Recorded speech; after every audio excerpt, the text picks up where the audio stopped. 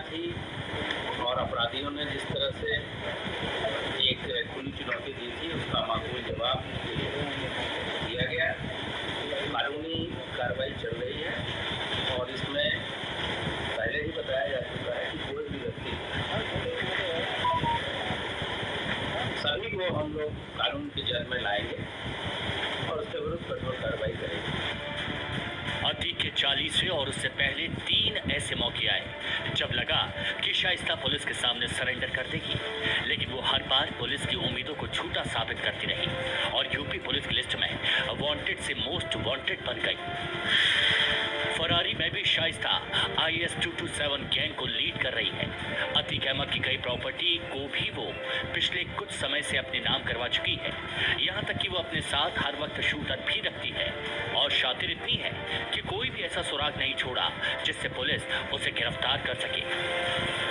Mafia Atiq की हत्या के बाद उसकी पत्नी शाइस्ता की पूरी सरगर्मी से तलाशी चल रही है। कोई उसे नई माफिया बुला रहा है तो कोई लेडी डॉन, लेकिन अतीक का पूरा गैंग शाइस्ता के कंट्रोल में है।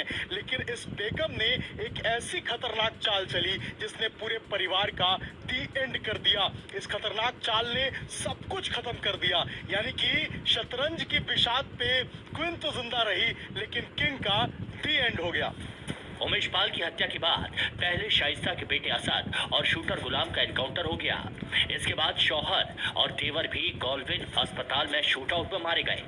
शाइस्ता के 2 बेटे नैनी और लखनऊ जेल में बंद हैं और 2 नाबालिग बेटे बाल सुधार गृह में हैं। लेकिन अतीक की पत्नी शाइस्ता और गुर्गे अब उसके काले साम्राज्य को फिर से खड़ा करने की कोशिश में है और इसमें शाइस्ता के लिए सबसे भरोसेमंद हथियार साबित हुआ गुड्डू मुस्लिम। अतीक का बमबाज गुड्डू मुस्लिम शाइस्ता का शागिर्द बन चुका है और शाइस्ता को भी यकीन हो चुका है कि जब तक गुड्डू मुस्लिम उसके साथ है तब तक उसके गैंग का खात्मा नहीं हो सकता है। यूपी पुलिस के अधिकारियों का भी माने तो वो भी ये मानते हैं कि गुड्डू मुस्लिम बेहद ही खतरनाक है। चलते चलते बम बनाना हो या फिर किसी जुर्म को अंजाम देना, गुड्डू मुस्लिम हर उस क्षेत्र में माहिर है। इसके अलावा वो शाइस्ता के वजीर का भी काम कर सकता है और उसके जुर्म हो या और भी कारनामे हो, वो ये काम को अंजाम देने में माहिर है। क्योंकि गुड्डू न सिर्फ एक कॉन्ट्रैक्ट किलर है बल्कि अतीक का सबसे बड़ा राजदार भी है। आज की तारीख में लेडी डॉन शाइस्ता की गैंग का सबसे खूंखार किरदार भी माना जा रहा है, लिहाजा उसकी गिरफ्तारी पुलिस के लिए टॉप प्रायोरिटी है। इसके पीछे लगातार STF काम कर रही है और उम्मीद है कि जल्दी ही हम गिरफ्तार करेंगे। ये अगर ये STF की गिरफ्त से बच जाता है तो ये एक थ्रेट हो सकता है क्योंकि इंडिपेंडेंटली क्राइम करने में सक्षम है। ये एक हायर्ड असैसिन है, कॉन्ट्रैक्ट किलर है। अतीक के जेल जाने के बाद गुड्डू मुस्लिम जैसे गुर्गों के दम पर ही शाइस्ता घर बैठे कॉल पर करोड़ों की रंगदारी वसूल रही थी, मर्डर तक की प्लानिंग को अंजाम देने में लगी थी। शाइस्ता को यकीन है कि अतीक का शागिर्द गुड्डू मुस्लिम जब तक जिंदा रहेगा शाइस्ता गैंग भी अस्तित्व में रहेगा। यूपी पुलिस का भी मानना है कि शाइस्ता परवीन आदतन अपराधी है। यूपी की इस नई माफिया क्वीन की क्राइम कुंडली की बात करें तो शाइस्ता परवीन के खिलाफ टोटल 6 आपराधिक मुकदमे दर्ज हैं। इसमें उमेश पाल और 2 सरकारी गनरों की हत्या के साथ ही बेटे अली का फर्जी आधार कार्ड बनवाने, तथ्यों को छुपाकर असलहे का लाइसेंस लेने और अवैध असलह रखने जैसे गंभीर मामलों में आपराधिक मुकदमे दर्ज हैं। फिलहाल यूपी पुलिस शाइस्ता की हिस्ट्री शीट खोलने की तैयारी में है, लेकिन शाइस्ता को इसकी परवाह नहीं। वो तो बस अतीक के आतंक को जिंदा रखना चाहती है। उसकी पूरी कोशिश या यूं कहें कि ख्वाहिश यही है कि भले ही अतीक मारा गया लेकिन उसका नाम और खौफ दोनों जिंदा रहे।